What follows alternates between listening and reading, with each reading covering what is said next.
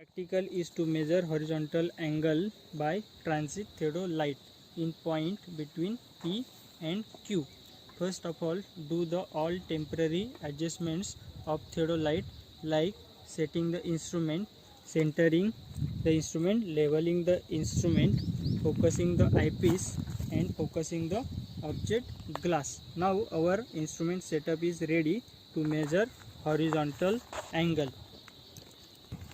Now set the vernier A to 0 degree 0 minute 0 seconds and vernier B at 180 degree 0 minute 0 seconds and vernier B at 180 degree 0 minute 0 seconds and instrument in at face left position.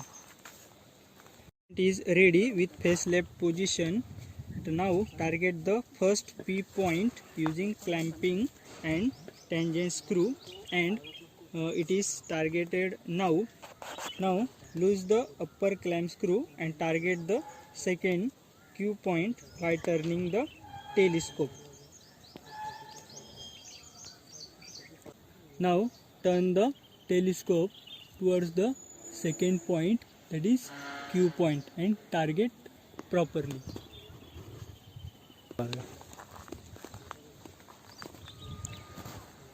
Now we have targeted the second Q point. Now take in vernier A and vernier B and properly note in observation table. Now change the face of the vernier theodolite, that is from face left to the face right. Process and do all the process similarly.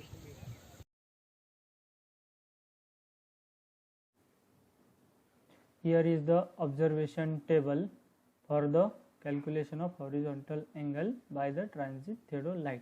From the field we recorded these readings by the targeting the object P and Q with the face left and with face right.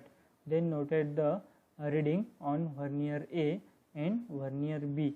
Then we calculated the angle on vernier A, then angle on vernier B. Also for the face right reading, then we calculate the mean angle from the vernier, means taking the average of these both.